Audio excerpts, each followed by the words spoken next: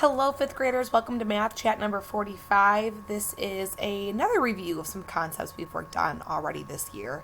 Algebraic thinking, it's going to give you a math expression and it's going to ask you to add parentheses around two numbers to make the statement true. So we have 4 times 3 plus 8 equals 44.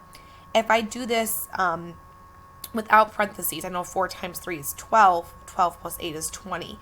It does not equal 44. So there's a process you have to do first. You have to put parentheses around certain numbers to make that true. You're going to follow that with the next two equations here. Down here for base 10, you're going to be doing some long division. The first number is inside the house and the second number is outside the house. I will do the first one with you. 364 divided by 6.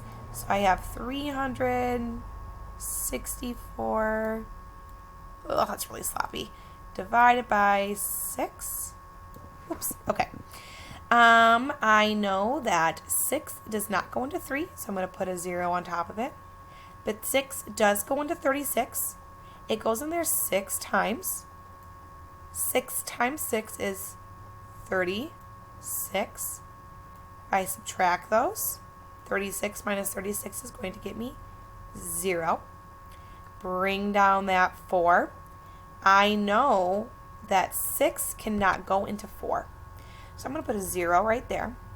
Okay? So my answer is going to be 60, remainder 4. I'm going to put that in right here for you. So I have 60, remainder 4.